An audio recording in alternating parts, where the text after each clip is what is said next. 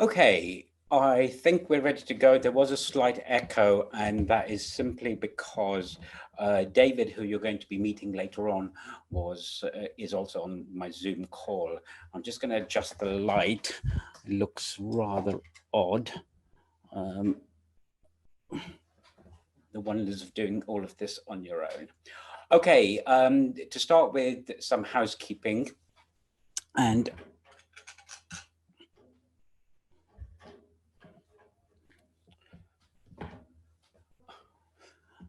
I feel like almost getting rid of that light. It's more bother than it's worth.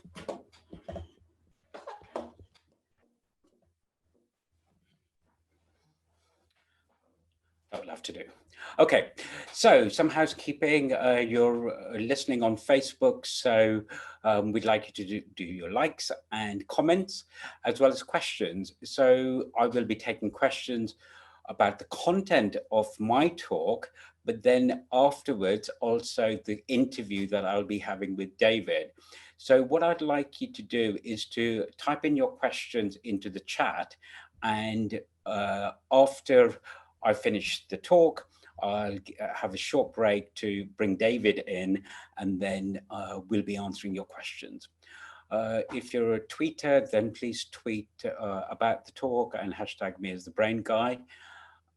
I'm going to tell you about our research participant database later on in the talk.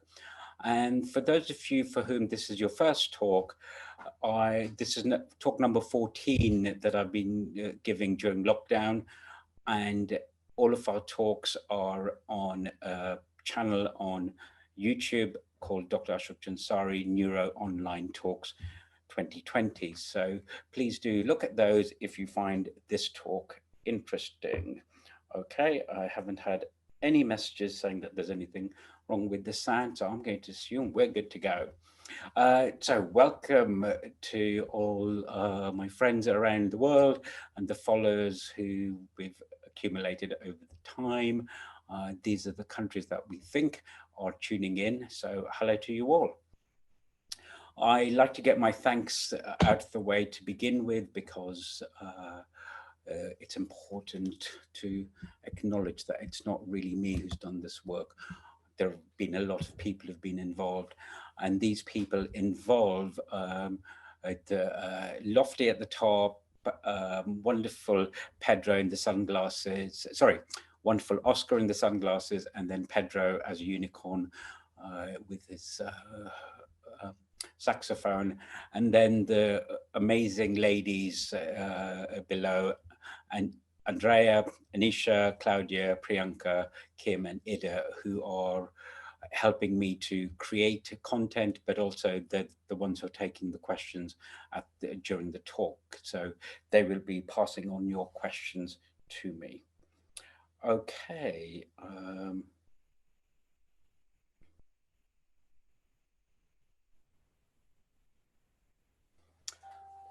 So as an outline for the talk, first of all, I just want to say that this talk is a kind of extension of a talk that I gave during the first lockdown, called The Man Who Mistook His Neuropsychologist for a Pop Star.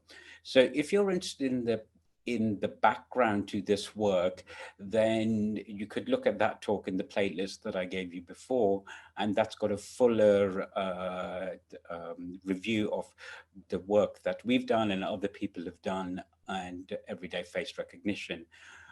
I will go over a few of those bits today, but the main thing I want to do today is to introduce you to David, who has prosopagnosia, and who'll be telling you about his condition.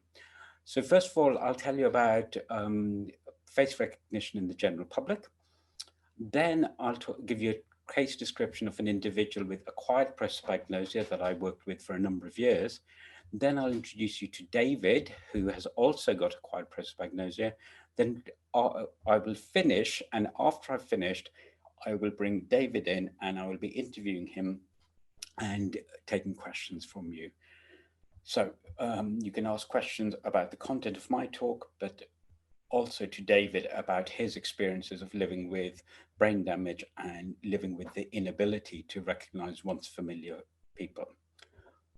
I'll start with this rather bizarre painting that was painted by Arcimboldo, who was a Renaissance painter who was obviously on some good drugs, because he created paintings like this, which were, in this case, of Rodolfo, one of the Austro-Hungarian emperors, and he did this from fruits and vegetables. And there are other ones that he's made of people, again, for Austro-Hungarian royal family, made up of pastoral animals, etc. Now, the reason that I'm showing you this is that this painting has been used in an amazing study by a wonderful person called Morris Moscovich in Toronto, with a patient who could recognize faces but had lost the ability to recognize everyday objects, including fruits and vegetables. So if you ask this patient, who was known as CK, about the face here, the patient could point to the eyes, to the nose, to the chin, the hair, and say various things about the face that they saw there. Now, importantly, if the patient was asked to point to the nose of this character Rodolfo, the patient would have pointed to the middle of the face where we see a nose-like object. However, if you said to the patient, can you point to a pear? The patient would be unable to locate the same object, given that it's a pear that is making up the nose in this painting of Rodolfo. And what you have there is a patient who can recognize faces, and there's a lot of work that's been done on this patient, but couldn't recognize everyday objects. The people that I'll be talking about later on are the reverse. They can't recognize human faces, but they can recognize everything else. So this is an inroad into the fact that the human brain seems to treat human faces with probably a special mechanism. Now, what I'm going to do is give you some scientific demonstrations of this special nature of faces that we can show in healthy people. So you folks out there in the Facebook universe, and they're called the inversion effect and the composite face effect. Now, usually when I do this, it's with a live audience and I can actually ask people a question. So what I'm going to do with the inversion effect is I'm going to show you a face of someone who's famous. And see how long it takes you to work out who this person is without standing on your head, because if you stood on your head, then it's no longer an inversion effect. You're inverting yourself, and therefore it wouldn't work. So here's the face. Now, some of you might recognize this person pretty quickly. Some of you, it might take a bit longer, and some of you won't recognize this person at all. Now, this happens to be the next Vice President of America, Kamala Harris. Now, those of you who don't recognize her anyway may need to pay a bit more attention to world politics. Some of you recognized her straight away, but there was a group of you who didn't recognize her face when it was upside down, but now recognize her. And here I'm putting the two images next to one another. It's exactly the same image. There's been no manipulation apart from the fact that I've turned one of them upside down. And those of you who didn't recognize Kamala Harris in the inverted picture on the left-hand side, but do recognize her in the upright one on the right-hand side, have shown what is the classic face inversion effect, that we all tend to recognize human faces upright very rapidly if we know who the person is. But if we turn the face upside down, it either makes it impossible to recognize the face, or which we're much more slowed down. And I won't go into the theoretical explanation of this, but this has been used as a very strong piece of evidence for the special nature of human faces. Because if you took pictures of the Taj Mahal or the Eiffel Tower and turned them upside down, you wouldn't get as big an inversion effect with those. And this is data that I collected with a wonderful former student of mine, Scott Miller, many years ago when we were working with a patient, also called David, not the David that you'll meet now, but another David. And what you see on the left-hand side, the NCs, that's healthy controls. And we did this face inversion effect with people. And what we find is that people without brain damage find the upright condition quite straightforward. But when you turn the face upside down, accuracy drops quite markedly. But with David, what we found was that there wasn't any face inversion effect. And that is a classic sign of what can happen following brain damage. And that's something I'll talk about in a bit. So the take-home message from this is that healthy brains find human faces very easy to recognize if they're familiar when they're upright. When they're turned upside down, we struggle a bit. People with brain damage that has affected their face recognition ability, they don't show this effect. And that's because this very special face recognition mechanism has been disrupted. Okay, the next effect is called the composite face effect. And in this, participant is shown two half faces, top half of one person, bottom half of another person. And usually it's done with famous people. The person knows that there are two separate people, and they're asked to just name the top half. So in this image here, you're asked to name the top half. And most of you, probably suffering from post-traumatic stress disorder because of all the Brexit stuff that's going on, will probably have recognized the top half as David Cameron, the person who called the referendum for leaving the EU. Now, if I show you the face like this, what you probably can see is that it's much easier to say it's him in this image. So here I'm juxtaposing the two, and I'm imagining that you will accept that the top half is David Cameron easier with the right-hand image than on the left-hand image. And if you don't, then you're not showing the composite face effect, and you should get in touch with me so that you can participate in our research, because this is what we expect healthy brains to be able to do. And what this effect demonstrates is that when we put the two halves of two different people's faces together, as we have on the left-hand side, it triggers automatically, so without any voluntary control on your part, this special face recognition mechanism that sees one face. Even though I've told you that it's two separate faces, it sees one face. And then you've got to do lots of visual mental gymnastics to try to separate out the bottom half of this face from the top half before you can say that it's David Cameron. Whereas this doesn't happen in the right-hand image, where you've isolated that silly man's face. So the composite face effect is another demonstration of how special human faces are. The next piece of evidence that we can get about the special nature of faces, given that the inversion effect and the composite face effect are things that we find with everyone, so you folks out there.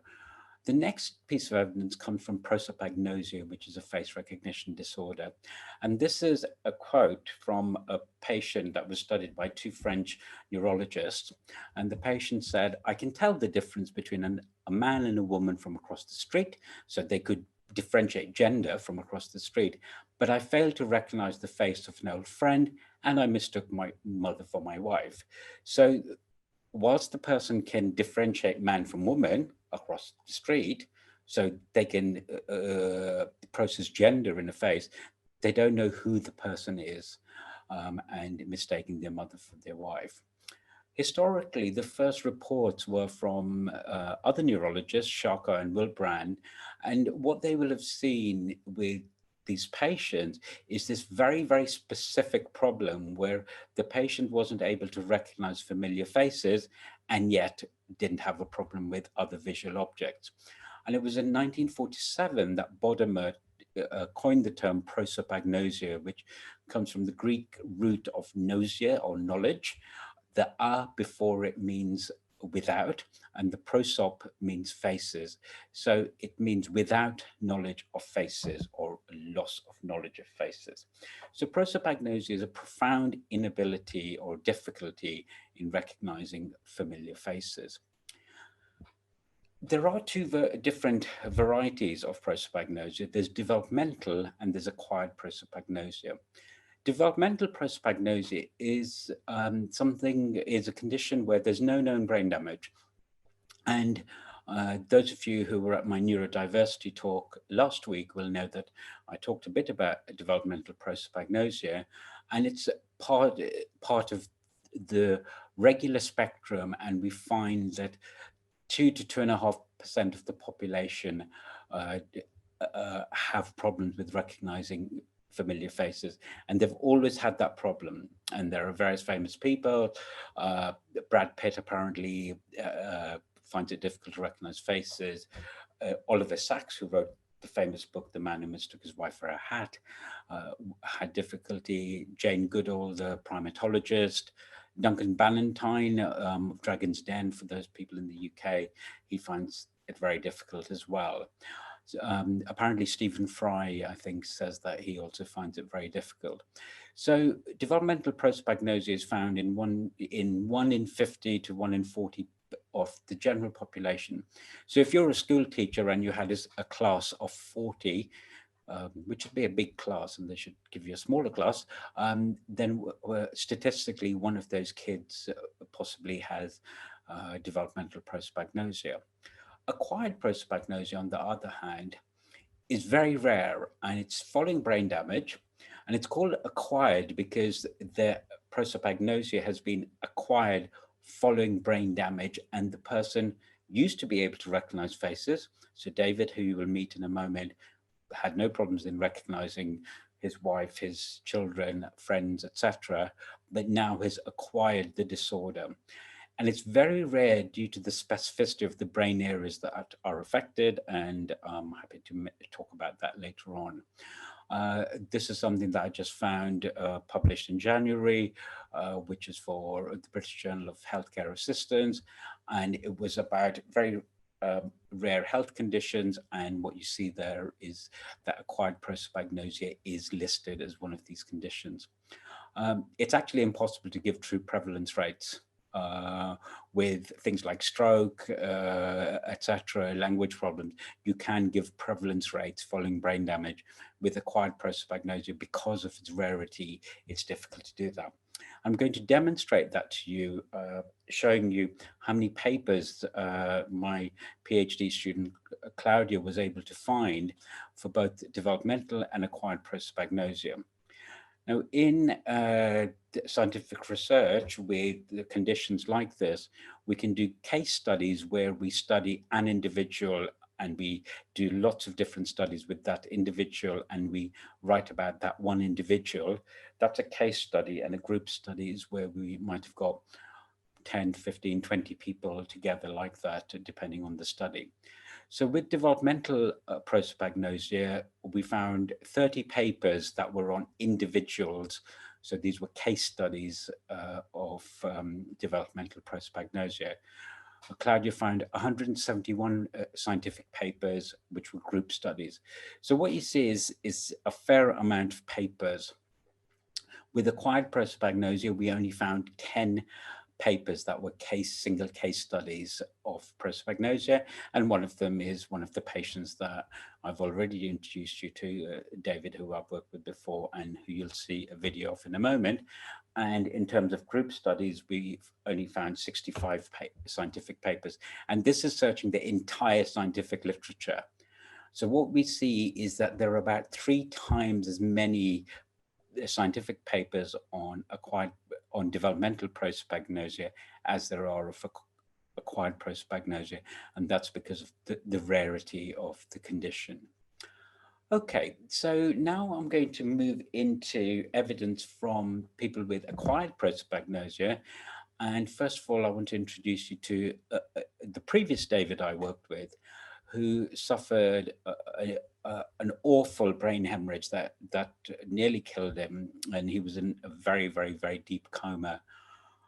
He came out of that coma and he had brain damage, and this brain image is as if you sliced across his face, and you can see his eyes at the top and that area of whiteness, which is in the lower half of the brain on the right hand side, so basically around the area of just above the ears and about an inch or two in.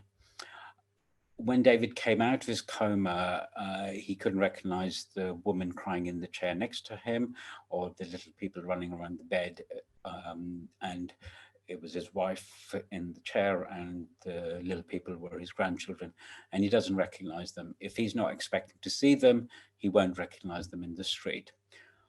I'm going to demonstrate this with some videos that we did a number of years ago, where I showed him pictures of famous people, and I asked him whether he knew who the person was, and then if he did, to give me a name. And following the name, I asked him on a scale of 1 to 10 how certain he was. And these videos were done about 15 years ago when Tony Blair was the Prime Minister. It was during the Iraq conflict, so we would have expected him to well, if he didn't have a face recognition disorder, to recognize this person. And I hope the sound will come across now.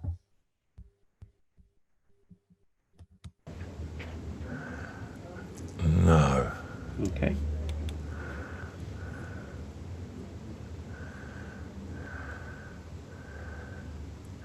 Is that Marilyn Monroe? 1 to 10? I would say 7. Okay. Because of the little beauty spot and the red lips. Don't show red, but you can sort of, Yeah, right. I can imagine saying, "Happy birthday, Mr. President." Okay. So what you see there is, first of all, he doesn't recognize the then Prime Minister. And then he sees one of the most famous photographs ever taken before the internet was invented and taken over by Kim Kardashian. And that photograph of Marilyn Monroe is one of the most famous, iconic photographs ever taken. And he eventually asks the question, is that Marilyn Monroe? He doesn't actually say it is, he asks. And then he says that it's from the beauty spot, the lips, etc. And he says that he's about 7 out of 10 certain that it's Marilyn Monroe. And it actually took him 7 seconds to recognize one of the most famous photographs ever taken. And this next one, only people over a certain age, over 40 or so, will recognize this person and will recognize the error that David makes. It's not Elvis Costello, is it? Scale of 1 to 10. Pure guess. Wears glasses. So some of you will know that is Peter Sellers, who used to play in films such as the Pink Panther, etc. And David thinks it's Elvis Costello. And he also says, who's a British singer, he also says that it's a guess and it's only based on the glasses, because Elvis Costello had these very iconic chunky glasses. So what we see here is that sometimes he recognizes people, but in a roundabout way, and other times he doesn't know who the person is at all. In a public lecture I was giving during International Brain Awareness Week, I showed this photograph, and David was in the audience, and I said, David didn't even recognize this person. And when I said that, David nudged Scott, who'd been sitting with him, Scott, the student I showed you the photograph of before, and said, Scott, I didn't even recognize myself. And Scott said, what are you talking about? And he said, I should just shown a photograph of me and I didn't know it was me. And what you see there is that David thought that because I was talking about his brain and the face recognition difficulties he had, that I must have shown a picture of him. So he assumed that that picture of a man who's about his age, who's white, etc., must be him. So he can't even recognize himself. Now, in a study that we were doing, where we wanted to see whether he recognized people at an unconscious level, and I won't go into the details of that, we were replicating some work that my former bosses in Iowa, Antonio Damasio and Dan Trinell, had done with people with face recognition disorders. What we did was that we showed David, I think, 40 photographs. 20 of them were of Joe Blogs, people that he wouldn't have recognized anyway because they were just random, unfamiliar people. But 20 of them were of people that were either famous or there were people that he should have known because there were doctors who he'd worked with, members of his family, his grandchildren, etc. And we also wanted to see whether he recognized me because we weren't sure whether he recognized me or not. So we used this photograph of me, which is quite an ancient one now, which was from my staff notice board page. And when David, and we made sure that I wasn't there on the day so that he wasn't expecting to see me anyway. When he came to this photograph, he said, "Yes, I know who this is." And Scott said, "Who is it?" And he said, "It's George Michael." And Scott was very professional and he didn't laugh his head off. He said, on a scale of 1 to 10, how certain are you that that's George Michael? And he said 10 out of 10, that is George Michael. Now, for those of you who've been living in a cave for the last 20 years or so, or 30 years, this is George Michael, who wrote one of the most amazing ballads ever, Careless Whisper. He was of Greek extraction in the UK, and he was part of a boy band called Wham, and then had an international career of his own. And these are photographs of George Michael. So what's going on here? So what we have is that we see that David noticed that there was a gold earring, and George Michael was known for the gold earrings he wore. We see a goatee beard, which I used to sport as well until I couldn't be bothered anymore. And we see a darker skin tone. I'm Indian, George Michael is Greek. And David's visual system is trying to put together the bits of this jigsaw and thinking, these bloody psychologists, they keep showing me pictures of famous people. Who do I know who tends to wear a gold earring, has a goatee beard, and has got darker skin tone? Oh, I know a famous person. That's George Michael. Now, I'll take you back to the way that he thought that that photograph was of Marilyn Monroe. It wasn't by recognizing Marilyn Monroe. He was seeing bits of the visual jigsaw, and from that visual jigsaw, he added up the bits that he thought he recognized and arrived at Marilyn Monroe. Whereas in this case, he was the man who mistook his neuropsychologist for a pop star.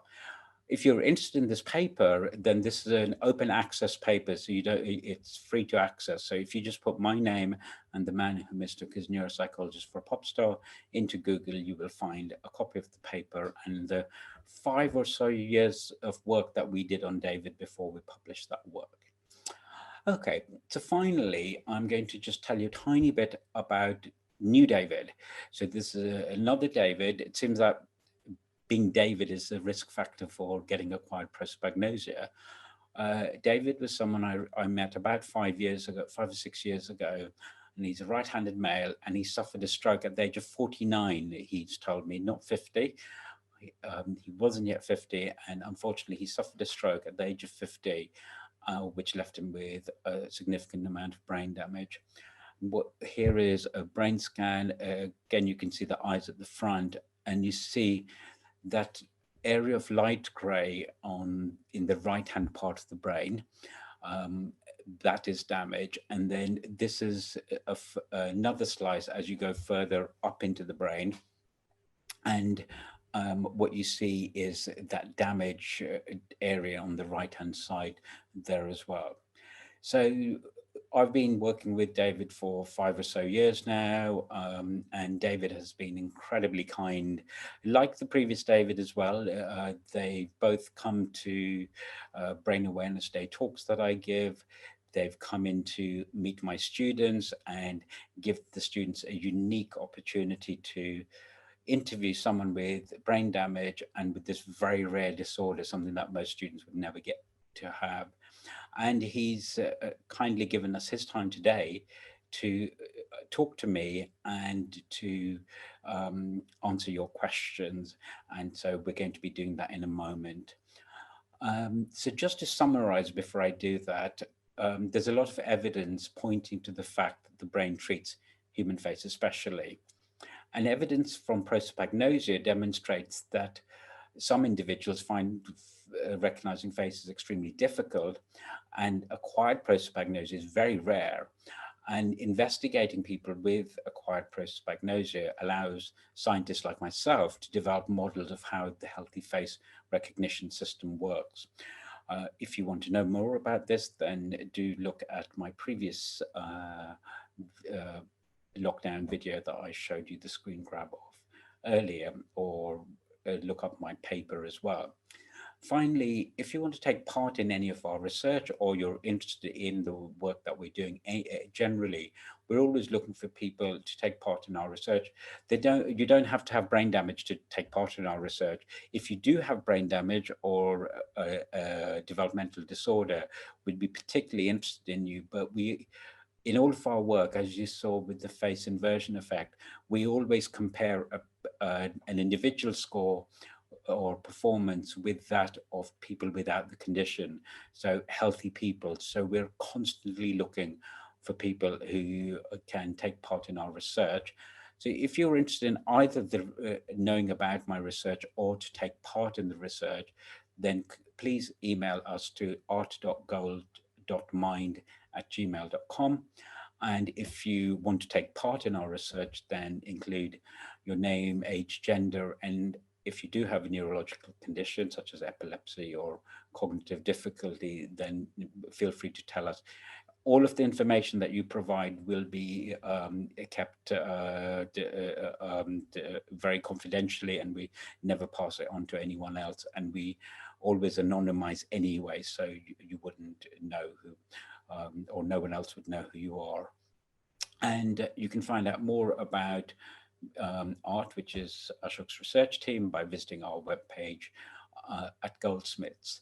So do get in touch if you're interested in the science itself, or if you're interested in taking part in our research. And we do research also with high school kids, so please feel free. Okay, so that leaves me to thank you for tuning in to this last talk, because this is the last one in the current series, because I'm a bit tired and I think you guys are getting ready for Christmas, so you probably have better things to do. And as has now become tradition, here's a picture of me with my darling mummy, and that was on Thursday when she turned 82. And so that's a picture of my lovely 82-year-old mummy with me.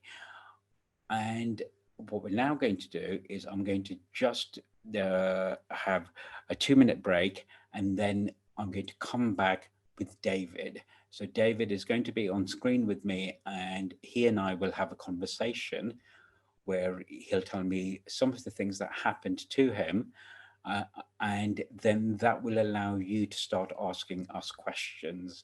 So do type in your questions into the chat, and David and I will be answering those questions in about 5 minutes time. Thank you. See you in 5 minutes. I can hear you, David. Right, okay, cool. You there? Yeah. Just okay, and then my camera's undone as well, so you can bring me in whenever. And so I think hopefully we're still live streaming, and I was kind of hoping that it would show both of us. I think it should be showing us both. I'm just going to check that it is. There we go. That's yeah, because I can't see that obviously, because I'm just in this call whilst you're broadcasting to the nation, the world. Oh, can't you see me? No, I can see you on Zoom, but I can't see what you're broadcasting. Does that make sense? No, I'm broadcasting just us two. Now it's just me and you. Okay. You're on my Parkinson and sofa.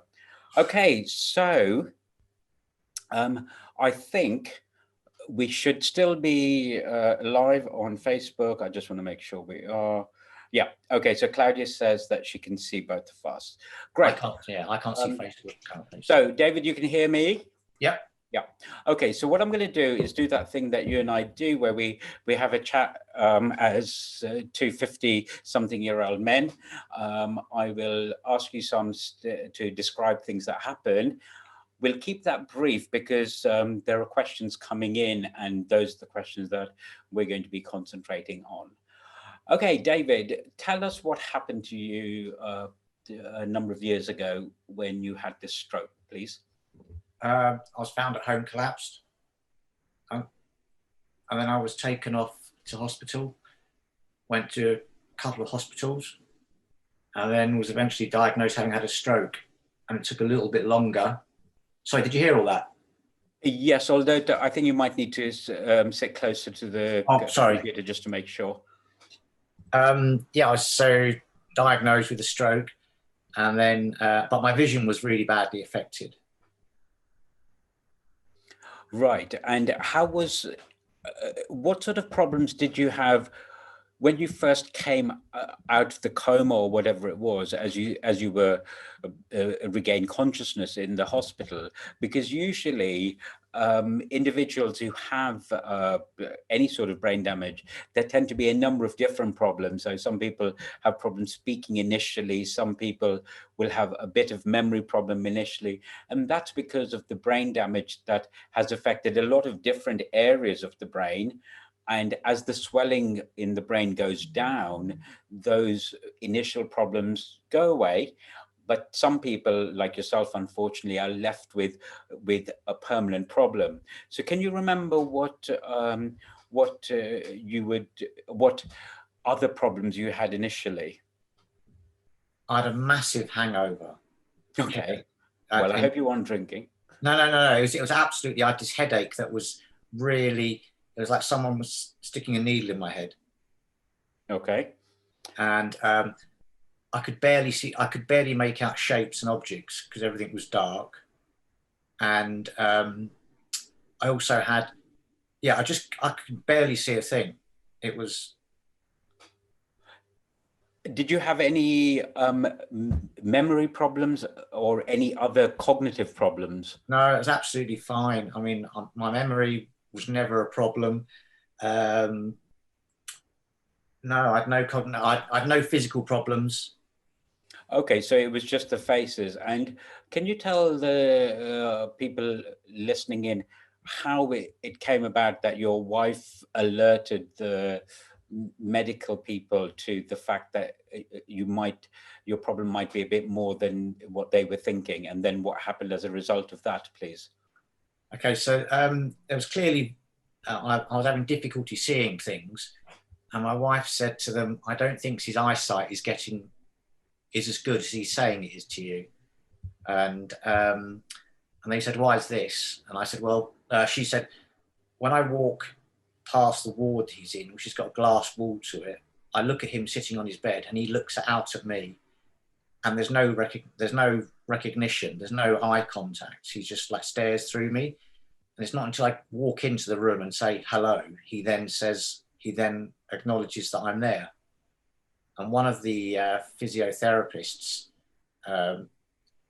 was listening to this and literally went running off and came back later, either that afternoon or the next morning, and said, "Can you look at all these pictures for me?" And they're all famous people. And apart from a few people like the Queen and Winston Churchill, I didn't recognize any of them. And they were all people that I'd have been expected to know. Yeah. And so it seems it's very interesting that the initial thing came from your wife, because she kind of, I think the phrase that you used was really interesting, which is you looked through her, that you could see that as a human person on the other side of that glass window or whatever, but there wasn't that recognition that we get when we see someone familiar. And she noticed that there was a look in your face which wasn't the same as would have been the case a week before.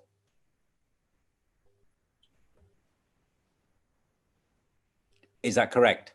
Yeah, I mean, that's exactly what it is. And it's since being diagnosed with the proso, that is a thing a lot of people with the quiet tend to talk about, this thing where it just stare through people. Right, and I think this is where, unfortunately, people don't understand how profound it is, and I think that we're going to get some questions like that.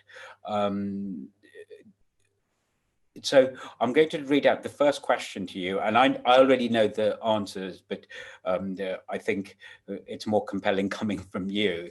So Jane Antoinette Croucher has asked, does David also have trouble distinguishing voices? How does David learn to distinguish new people? And can he follow TV shows with numerous characters? Right, okay, going from the start. No, I'm really, yeah, voices are one of the critical things for identifying people. Voices are so much more important.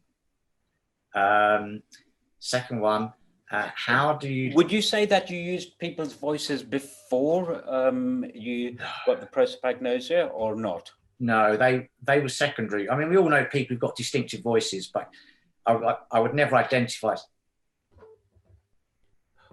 Right. So you found that you're now using people's voices to a level that you didn't do before. So you might have recognized some people by their voices before, but now you're using it more than you used to. Oh yeah, I mean, I'd say 98%, 99% of the time. Okay, right. So the second question was, how do you learn to distinguish new people? Oh my word. I have to, there are several decisions that I have to make. One is, am I going to bother to try and even remember them? Because if I don't see them that often, I can't be bothered to make the effort, because my hard drive's only got so much space in it. Yeah. And the next thing is I have to find something which is distinguishing about them. Now, the challenge with that is when people find out I've got proso and they find out how I recognize them, they then say to me, what's distinguishing about me? And I can't say to them, it's because you're overweight or whatever, or you've got a large nose, or, you've got, it's all the things, it's generally the things that most people wouldn't want to be reminded of, is what I use. Right. And so, unfortunately, it becomes a case of trying to find these distinguishing features, but then presumably only some people actually have that many distinguishing features.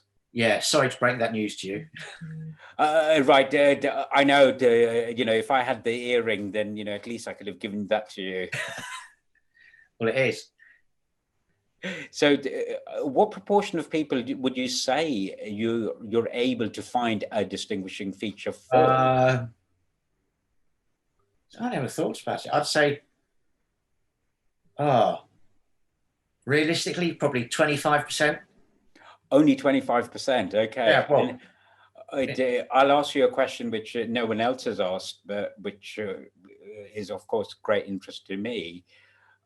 If you're going to be seeing your wife or your daughters or going to meet them somewhere, if it wasn't for the clothing, because I imagine that you try to remember what jacket or coat or whatever they've got, how well would you do with recognizing or finding them in a crowd?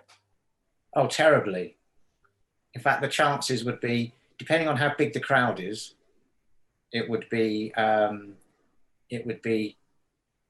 verging on from impossible through to maybe. But, right, yeah. But the biggest clue would be that they were going to be there.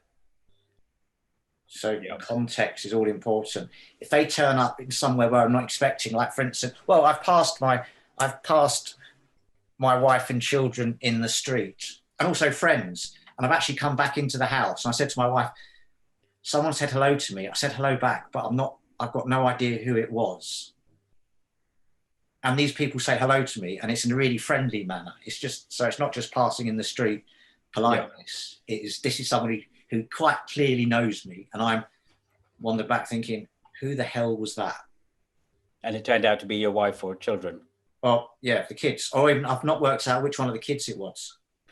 Isn't that a bit cruel of them to say hello to you in the street and let you look puzzled?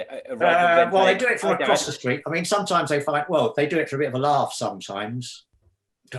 Right. So, oh, how nice that that they can play with that. Okay. So the next question was about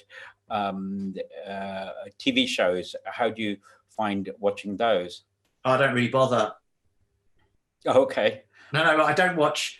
I don't watch things where there's lots of characters who are generally the same. I just are almost impossible to follow.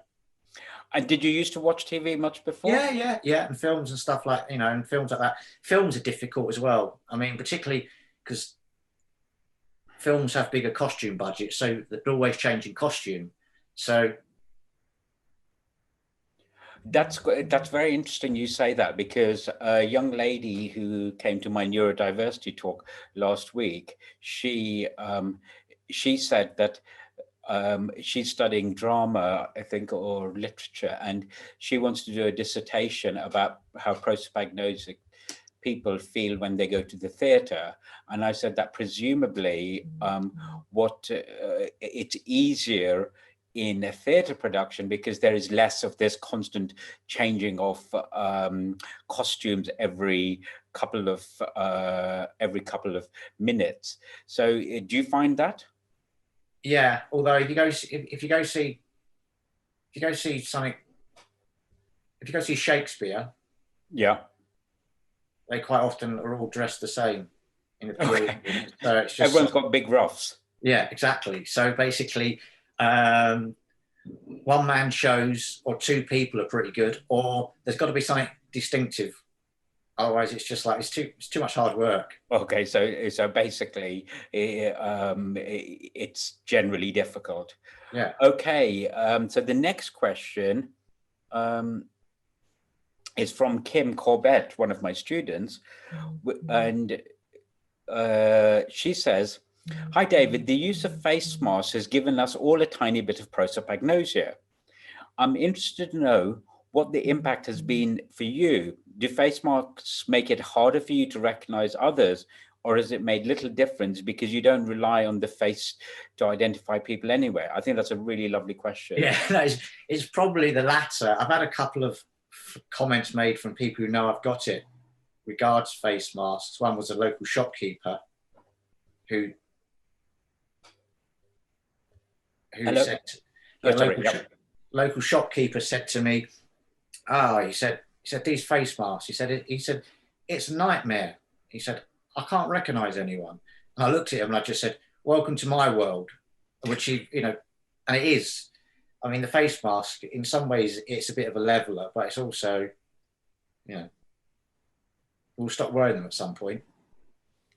Say that again. It will. I say we'll stop wearing them at some point. So everyone who's got prosopagnosia now will be cured, and those of us who've actually got it will still be left with it. Yeah. So, well, maybe at least some people might have a bit more empathy. Briefly, yeah. Okay. Oh, you cynic, David. So the next question is from Ian Massey, who's asked, what was it like the first time looking in a mirror or a picture or video of yourself? Really nice question. Yeah, that was the first time. There were two incidents. One was I was shown. So there's a bit of a delay. I was shown a picture when I was in hospital. My wife was asked to get pictures just to show me, just because they were trying to work out exactly what had gone on. And there was this picture of, there were 5 people all looking down into the camera. And I rattled off the first 4 people because there were distinctive things. I said, but I've got no idea who that is on the end. And my wife said to me, that's you. I was like, right, okay then, we have got a problem here. And then the other one, I was in a hospital bathroom and I was about to have a shave, and there's this mirror in front of me. And I was staring at this person, and I was thinking, is that me, or is this a trick mirror or something? And the person on the other side is just copying me. So I was actually moving my hand and looking at my hand in the mirror to see moving my hand on the wash basin to see whether it moved in the mirror. Because how did that feel? It was really freaky, because it's just sort of like, was it frightening or just bizarre? I wouldn't say frightening. It was a bit disturbing because it's like being in a room with someone else, which, if you can imagine. Whereas you initially thought you were in the bathroom on your own, and suddenly, Yeah, and I'm thinking, hold on a minute, is there someone else in here? And so, I mean, we've all done that thing where you pull back the curtains and you see your reflection. Yeah. And so it was like, but yeah, it was just like really weird. Okay. Can you tell the people about that anecdote you told me when you went out shopping with your daughter? Oh yeah. I went out to buy my wife a Christmas birth, I don't know, whatever it was, Christmas birth present. And so there's a bit of a delay here. Can you hear me? Yes. Okay. And so we went into this shop in the West End, and I walked along this walkway, and this man started walking towards me. And so we did that thing where I went left to go around him, and he went the same way. And I thought, oh, here we go. So then I went right, and he went the same way. And then I think it was about the third time we'd gone left to right. My daughter behind me said, "Dad, that's a mirror." Right. It's just like, how did you feel? I don't think I can use the word. Oh, okay. Yeah. Let's not. But I think everyone guessed. Okay. Yeah. So the next question is from Martin Collett, and it's related to what was asked before. So I think that first part you've already answered. What coping strategies do you employ to cope with the condition? But the second part is interesting. Do you manage to keep it hidden in everyday life? I don't know. You'd have to ask those who know me well. I'm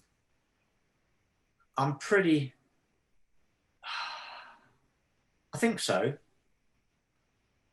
I think I do. But I know if you're having fleeting conversations with people or something, then you can get away with it. It's when you have to go back into a room or something, or you've met people who you might have met, those kind of acquaintances who you see occasionally. They're really difficult to deal with because you're not sure. Anyone I'm going to see regularly, I will find a moment to tell them. And I've told some of my close friends as well that they're welcome to tell anyone they want if they think it's going to be useful, because most people don't like being ignored. So, and I'm pretty good at doing that. Yes, and that's the thing, that someone else takes it personally and there's an emotional slight when it's got nothing to do with them. If you can't recognize yourself, why are they so privileged that you would recognize them? Okay, I've got another question from Ian Massey, who's asked, have you ever missed a face entirely? For example, simple drawings or shapes that could be interpreted as a face? No, I still recognize faces. Right. So what about cartoons? Yeah, no, I've got no problem with cartoons or anything like that. No, I can. Yeah, I mean, it's a sort of. Some people have asked me before, so you don't see the face because of the title face blindness. Yeah, I don't like the word face blindness because it implies that you're definitely see the face and everything. You're not. And everything's in the right order. It's just like there's no connection with it. So when my brain scans through.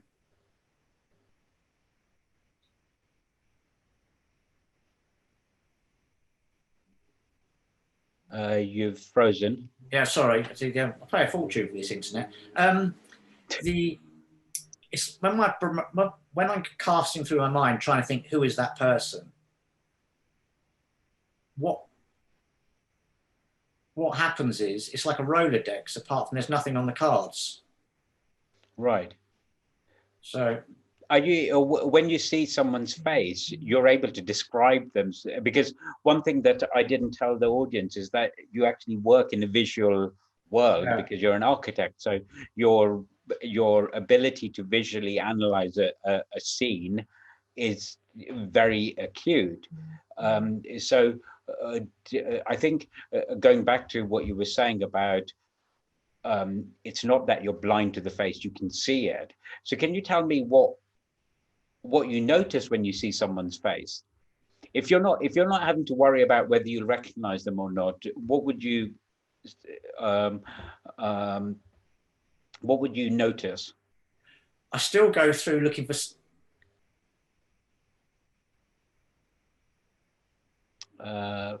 Froze again. Sorry, I still go through the.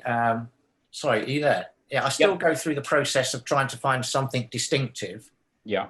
But invariably, I wouldn't say it's fruitless, but my chances of remembering are always, it's just like, there's only so much information that I can remember on a good day.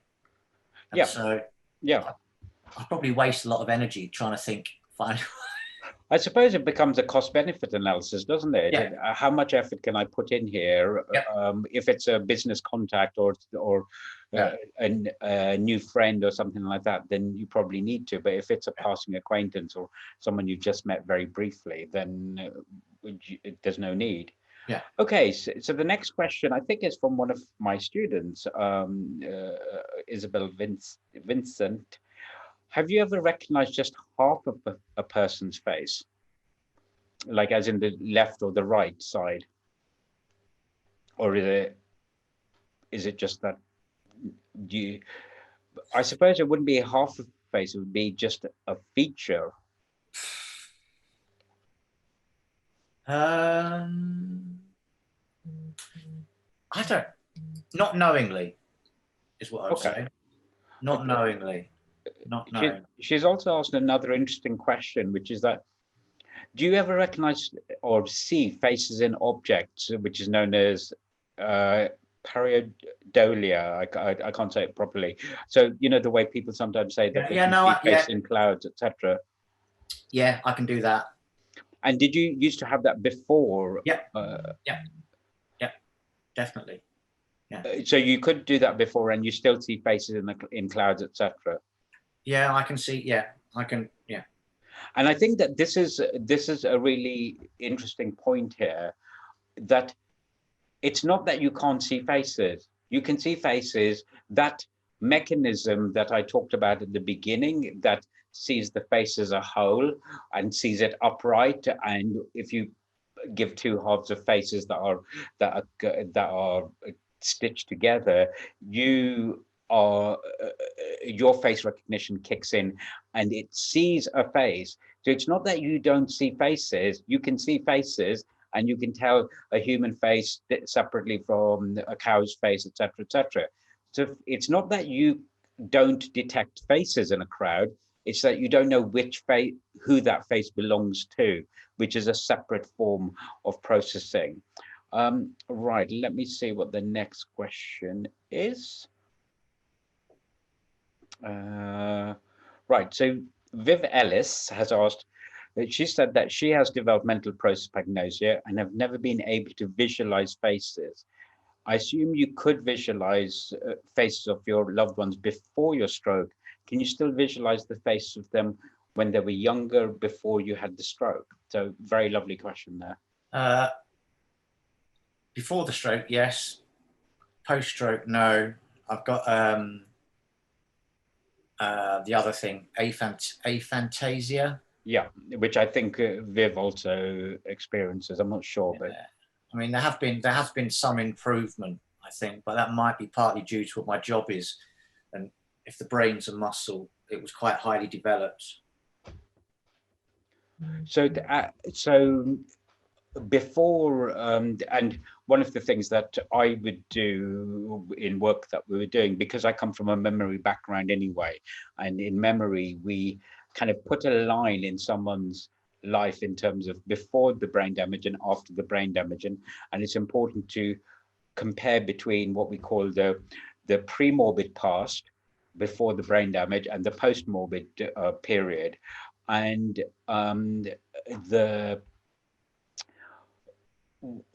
you had your vision, sorry, your mental imagery was fine before brain damage, and now you have acquired aphantasia, yeah? And what about if I asked you to imagine your wife's face or your daughter's faces, what would you see? It would be like, it's like a mental list. So right now, if I ask you to close your eyes and imagine your wife's face or your daughter's faces, do you see anything? I can get some very, very, and again, this is something which does appear to have improved. I get some very vague shapes, but it's more, I've got a list of hair length, nose length, face shape, that kind of thing, but I don't actually see, whereas previously I could have, photographic is the wrong word to use, but I would have a very strong visual image in my mind's eye. So right now, if you did close your eyes and try to think about your wife's face, it would be more kind of an abstract list of attributes that you would think of rather than actually seeing a face. Yeah, and I could. It does hurt my head. It does physically hurt, but I can call up a line drawing almost. Okay, so so something comes through, but not very much at all. And so, in answer to Viv's question, you've said that you used to be able to visualize faces before without any problems, and now you can't really do it. Some little images come through, but not much. Oh yeah, I mean it is tiny. It is.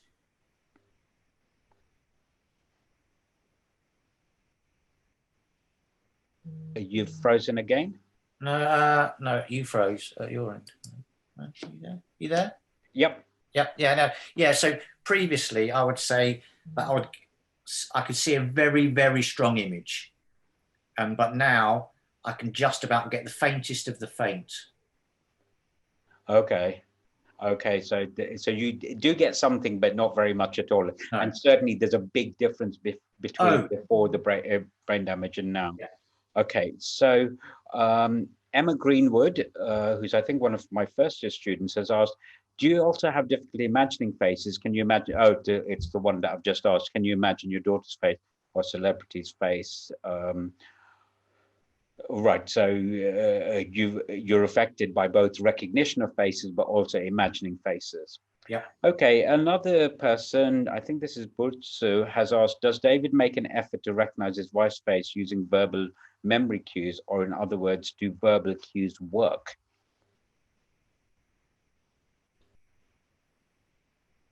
What's a verbal? I don't. I think this is referring to what you were talking about. You know, I can remember someone's got long hair. Yeah. I can remember a nose shape, etc. Yeah. Yeah. No, definitely. Oh, okay. So that can help. Okay. But I think this goes back to the previous question we'd answered, which was about coping strategies and finding distinctive features. That saying medium length hair doesn't really help, given that so many people have medium length hair by definition. Yeah. So it limits the number of people who you can, if someone's got incredibly long hair or incredibly short hair, there's more chance. So distinctiveness actually helps. Yeah. Okay, so Ian Massey has asked another question, which is, if you had to describe what it feels like when you try and link a face to a person, would you say it's like trying to learn a new skill, like playing an instrument, learning a new language? Does it have the same sense of frustration? So what does it feel like when you try to find a name to a face? Or is it that because you know that it's going to be 95% unlikely that there's more of a frustration, whereas if you're learning a new language, you know that if you put a bit more effort in, you will get there. Yeah, I don't know. Exactly.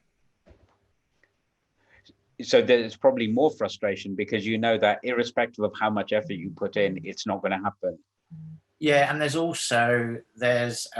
when you don't recognize someone, and then that moment comes when you get the clues to recognize them and that look on their face. Yeah. Yeah, so I suppose it's a different level of frustration to when you're learning a new language or trying. Yeah. I've been learning how to cook sourdough bread, and there's a lot of frustration of getting it right. But I do know that according to the principles of practice, if I keep going, I will perfect that bloody sourdough. Yeah. But in your case, it's not the case. It's not because you're not trying hard. You could sit there and concentrate like anything, but if that name isn't coming, it's not going to come. And tomorrow it's not going to get any better. Yeah. And I think actually the answer to Ian's question, it comes also from nerds like me, which is that we know from the patients that have been studied who have the very selective form of prosopagnosia that you have, that it doesn't get better. We've never heard of a situation where someone says, oh, you know what, I am finding faces easier to recognize now. Right, so the next question, Martin Collette asks, as an architect, I imagine your drawing skills are good. Has your ability to draw been affected, in particular faces and people? Really nice question. That is. No, it's not been affected at all. I can still draw. I mean, to be honest, I don't draw people and faces. I draw buildings. So you draw buildings, and you've not noticed any real difference in your ability? No. It's one of the things. Very early on, even when I could barely see, I could still draw, and my writing was fine. I think when we were doing this with my students on Thursday, you said that you've actually kind of almost become more interested in portraiture. Oh yeah. No, I have. That before I was never bothered with portraiture. And now you're more interested in paintings of people's portraits, etc. Yeah, do you try yourself or not? No, not yet, but okay, just still. Did you do any portraiture at art school, or were you more on the technical side anyway? Yeah, but it was art schools. You don't do it in the traditional sense, so we did it. We were doing things like drawing portraits with the other hand. Yeah. And in fact, well, you know this, the audience doesn't, that I've worked with a lady who has developmental prosopagnosia, so she can't recognize faces, but she's a portrait painter. And she actually said that some of the tests that we did with her, like the face inversion effect, etc., she wasn't as affected by it, because at art school, they were actually trained not to look at an object in its canonical form, and sometimes they did turn a chair upside down, so that you had to look at the visual information rather than, oh, there's a chair, I can now close my eyes and paint the chair in my head. Yeah. And in her case, it was really quite bizarre, because even though she had this difficulty, she had chosen to become a portrait painter. Okay, the next question is one that I know the answer to, but Martin Collette has asked, are you able to recognize emotion in faces? Yes. Yeah. And you haven't noticed any real change in that? Well, no. I mean, I've got, as I said the other day to you, I've got all the sensitivities that come with being a white middle-aged male. We won't go there. The next question, again, a really nice question from Jane Antoinette Croucher, which is, when you dream, do you see faces in your dreams? I very rarely dream now, and I think on the were you a dreamer before? Yeah. Okay. Yeah. And on the very few occasions I've seen faces, they've either been cartoon-like, or they've been like horror, distorted. Right, but would you say that, because I suppose this is where trying to tease apart the aphantasia and the prosopagnosia, because the aphantasia probably contributes to the lack of dreaming, and so it would be interesting to know whether other things in your dreams are kind of unaffected, but given that you don't dream that much, seeing buildings or animals, etc., you probably don't see many of those anyway, do you? No. Yeah. I mean, so dreaming has been affected, full stop, rather than dreaming off faces. Yeah, I mean, very, very rarely dream. Right. Okay. So the next question is from Laura Sbaragli. who I imagine is Italian, who's asked, if you close your eyes and touch a face, can you recognize the person? So can you associate that face to a specific person? Have you ever done that? No, I've not. So I can't. Okay, so and this is if you were a instead of portrait painter, instead if you were someone who made busts of people, maybe that would have been a sense that we could have explored. But I'm afraid we can't test that with you. No. Okay, and then one of my team, Anisha Desai, has asked, do you have difficulty reading faces, you know, emotions in faces, so trustworthiness, etc., or is that unchanged? I'm not sure I have difficulty reading.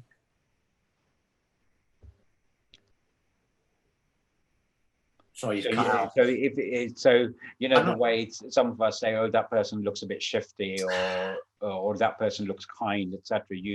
You that it hasn't been affected. What has it's not answering a question, but does is that I'm a lot less social with interacting and that kind of stuff with strangers, much more cautious. Just because you know that it's going to expose your difficulty. It could expose, yeah. Okay. The next question is, I think, one for me. Isabel Vincent asks, could acquired brain damage in young adults improve given brain plasticity? No, Isabel, there's no evidence that getting acquired prosopagnosia when you're younger results in it being any less worse. With the point of this question is that with some areas of cognition, such as memory or the way the front of the brain works, if you have damage earlier on in life, then although it's not good, there's at least this plasticity that allows the brain to do a bit of rewiring such that it's not as bad as if you had it as an adult. But I've never heard of any evidence that a young person with prosopagnosia actually ends up with a milder condition. Viv Ellis has asked, can you differentiate between two different animals, faces of the same breed? So two black greyhounds or two tabby cats face, or is it just people? I'm not big on animals. Can you become big on animals so that we can answer that question, please? No, yeah. Yes, I think I can. Yeah. Okay. Yeah, so I think if you're at a friend's house who did happen to have two tabby cats, you'd probably be able to tell them. Viv, I'll let you know that there was a really interesting and bizarre case, and neuropsychology is replete with bizarre cases that teach us a lot. There was a case of someone who, I think he was a medical doctor, who suffered a stroke, and that stroke affected his face recognition, just like with David. And that person couldn't continue to practice as a doctor and ended up doing the next best thing, which is to become a sheep farmer. And in acquiring the sheep, the patient acquired a flock of sheep. And as far as I know, this flock of sheep was not a flock that he had before. And he was able to learn the faces of his sheep and be able to differentiate them. So he'd know that this one's Dolly and that one's Arthur and that's Robert, etc. So he could differentiate new animal faces from one another, but still had prosopagnosia. And this is why earlier I was stressing the point that the human brain treats human faces specially. It's not all faces, it's human faces that it seems to treat in this rather special way. But also given the statistics that I showed about the number of cases that are published, there are always counter arguments to some of these claims. But at the moment, the jury seems to still be on balance thinking that human faces are treated specially by the brain. Ian's going for a hat trick. Ian's got a hat trick. Ian's asked, does the age of the individual affect your ability to tell who they are? Or are you equal ops on your prosopagnosia? Yeah, I'm definitely equal opportunities. You'd have. I suppose older people might have more distinguishing features in terms of wrinkles or whatever. But and there's less of them. Yeah. I mean, God help me if I'd have got this when the kids were at primary school. Yes. Oh, yes. The kids at primary school, and I've worked with people who've said that they've arrived to pick up their kids at school and they didn't even know which was their kid. So I think that would be terrible, because the other thing about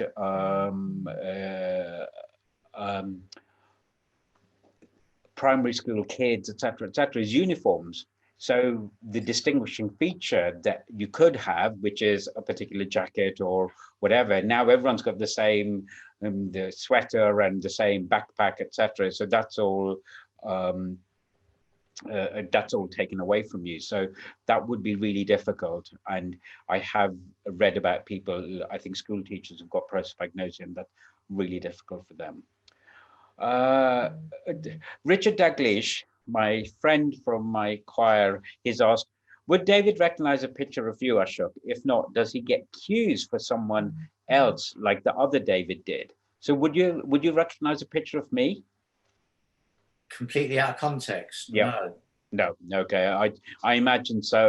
And in fact, Richard, an anecdote here with previous David, so David 1, to show how cruel I am, and this is just like your daughters who sometimes played with the fact that you couldn't recognize them, is that David 1 used to come down to Brighton a lot for lads' weekends and things like that, and I wanted to test this thing of whether he did know who I was or not. And so what we did, he told me where they were going to be staying, and he said that they were going to be meeting in the bar at X time. And I said, well, I'll come over sometime. How long are you going to be there for? And he said, oh, we're going to be here for hours. So I deliberately didn't tell him when I might be arriving. I just said, I'll come at some point, so that he wasn't expecting me. And it was a kind of U-shaped bar. And he was, when I arrived, he was at the bit in the middle of the bar being served. So I went round side so that I was effectively diagonally opposite him, so that when he was looking around, I would have been in his eyes, field of vision. And I saw him looking in my direction, but he didn't clock me at all. And it was only as I walked past him that he said, "Is that Ashok?" And it was because I had a Breton top on, and he'd seen me wear that Breton top before, and he noticed that there was an Indian guy with a Breton top, and he noticed it was me. And then another time, which was my 40th birthday party, as some of you know, I'm an identical twin. And so can you imagine this poor man who can't recognize one of me? Now there's two of me. And my twin was talking to him, and they were sat at a table, and David was talking away to him, and my twin realized that David thought it was me. Because of the things he was saying to my twin, he could work out that he didn't realize it wasn't me. So Ajay kind of continued talking to him, and he didn't want to make David feel uncomfortable about the fact that he'd got the wrong twin. But then David noticed a kind of look in Ajit's eyes, which said to him, "Oh, I don't think it's the one that I think it is." Now, I was wearing very distinctive trousers at that party, and David had clocked my distinctive trousers. And apparently what he did was, while he was chatting to Ajit, he just went like this. so that he could look under the table to see what trousers this version of the twin was wearing. And from that, he worked out that, yes, he was right. He was talking to the twin, not to me. So that shows how although that earring, he did say that if I got rid of the earring and the goatee beard that I used to have, he wouldn't have a clue who I was. So yeah, unfortunately, I'm not as distinctive as I used to be. But I wasn't even distinctive as the gold earring. Right, so that is the last question at the moment. I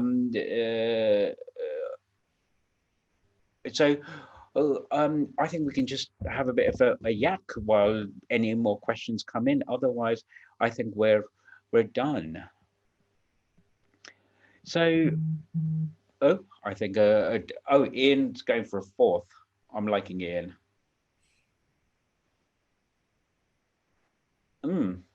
Is it easier to recognize someone while not looking at their face? That's actually quite an interesting question. That does trying to work out who someone is by looking at them actually interfere? Because looking away and just hearing, you don't have that interference of, oh, I think I know who that person is. Okay, what I'll do.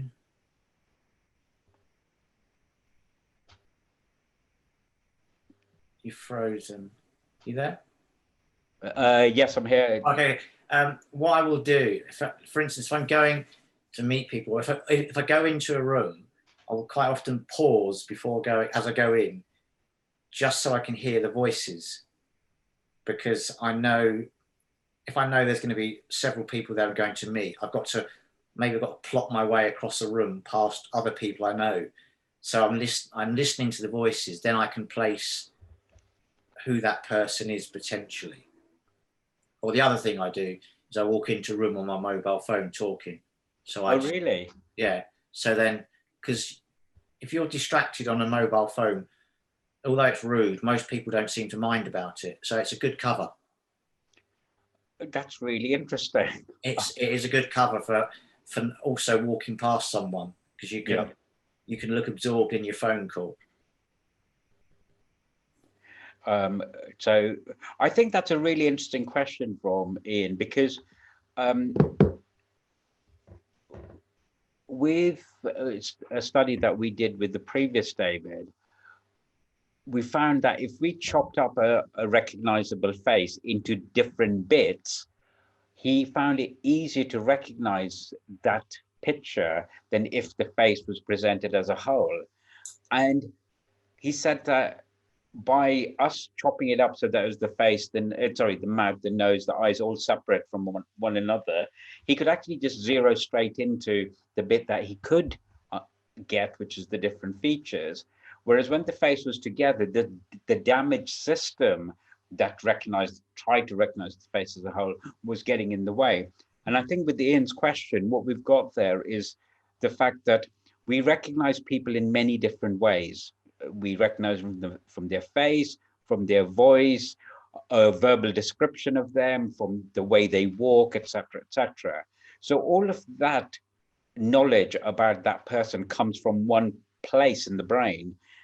But the thing is that because we're such a visual species, face recognition, so recognizing someone from their face, tends to trump everything else.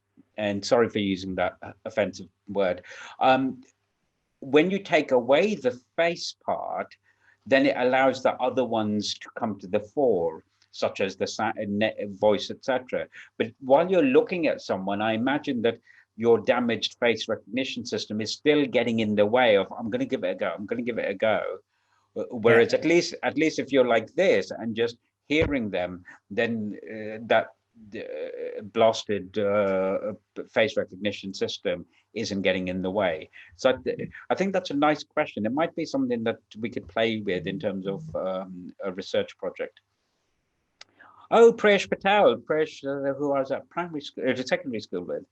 Presh has asked, does this condition enhance other senses such as smell to recognize someone? So kind of related.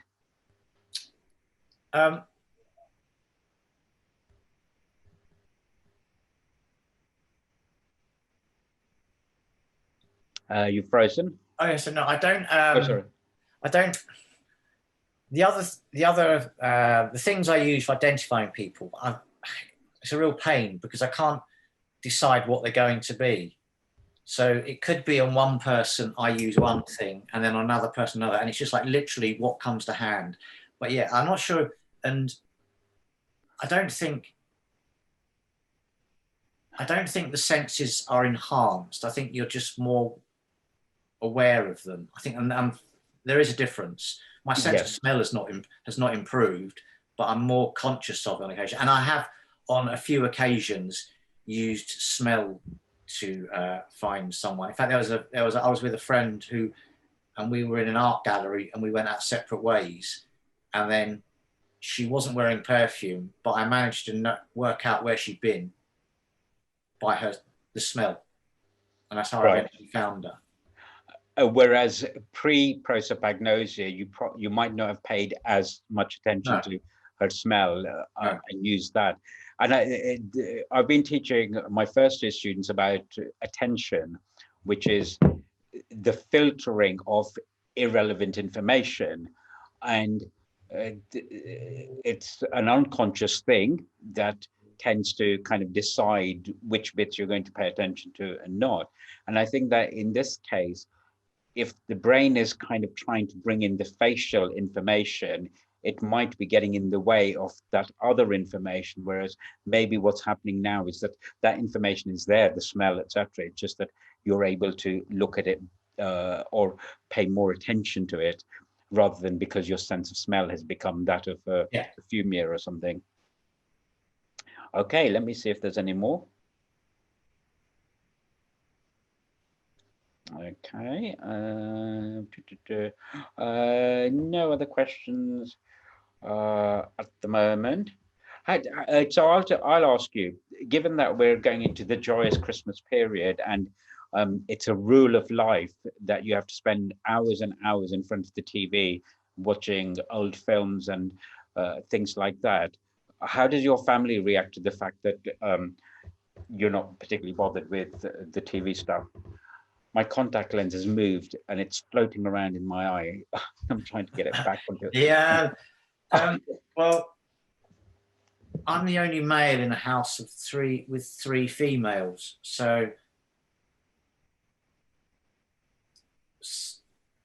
you're frozen. Yeah, I'm the only male in a house of three females. So my taste in TV programs is different to theirs anyway. So they're grateful for the excuse. And you don't have to have family dramas about I prefer X, Y, Z because you don't like it. You don't know who's who anyway. So I just go to a different room. Let me see if anything else has come in.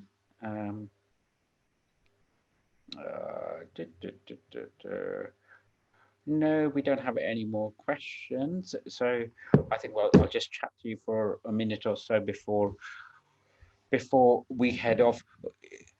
I'm going to ask you, you've got acquired prosopagnosia and you've met some people with developmental prosopagnosia, presumably. Have you noticed a difference in what you experience from what people with developmental prosopagnosia experience?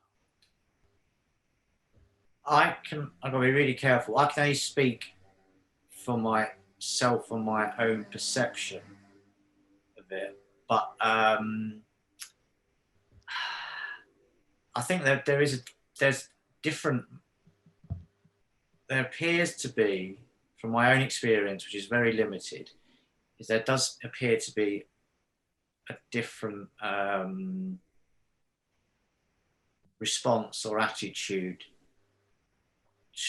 towards it. And yeah, I don't want to, I've got to be careful what I say because it's only because I think that's why I was trying to differentiate between developmental and acquired prosopagnosia, because they are different. Someone with developmental prosopagnosia has always had that difficulty. You haven't always had that difficulty, you could see your wife's face in your mind's eye, and you used to be able to recognize her, and so that's been taken away. So the kind of impact is different. I guess with someone with developmental prosopagnosia, they've had to live with this difficulty most of their lives. And for some of them, there'll have been problems with at school where they might not have recognized people. And I think that it tends to kind of come to the fore at secondary school more, where kids have to move around rather than the teacher. They're always in primary school, we tend to be with our one teacher and everyone's in the same class. Whereas in secondary school, you move around to your maths teacher, your physics teacher, etc. And I think that that's when it starts demonstrating itself more, because you can't use the coping strategies in the same way that you could have done when you were younger.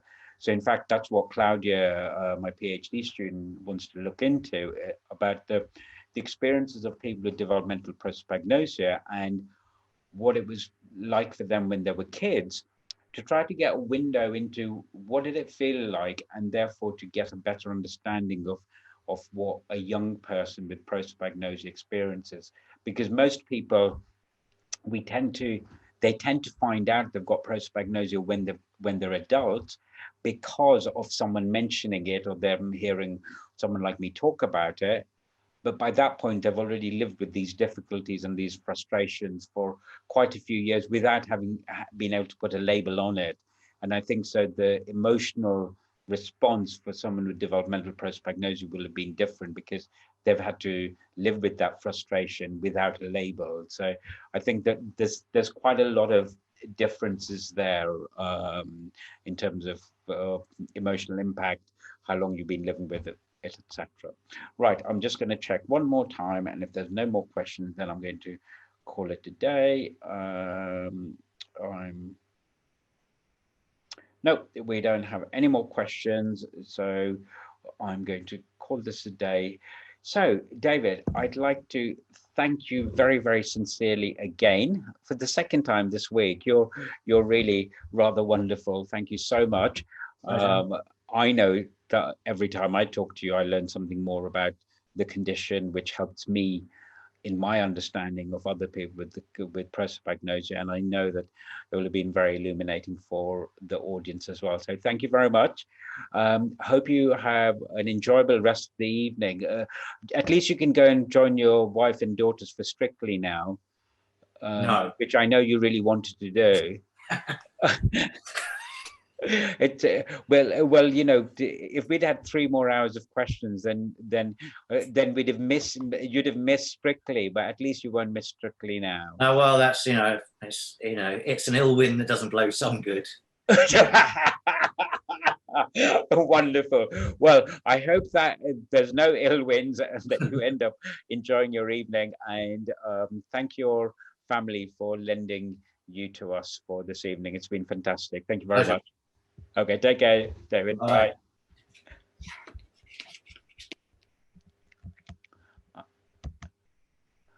Okay, so I've stopped the live stream. Okay, then. So you and I can. You knew I wasn't going to answer that last question. Yeah, sorry, I put you on the spot. It was while I was asking it, I thought, oh shit, I shouldn't have asked this question. No. And I was thinking, what do I say? So I nearly, but I thought, no. I was tempted to say something along the lines of the people with the acquired. In fact, there's 2 things I was going to ask you. Sorry, can you hear me? Yep. Okay, sorry, your image is frozen.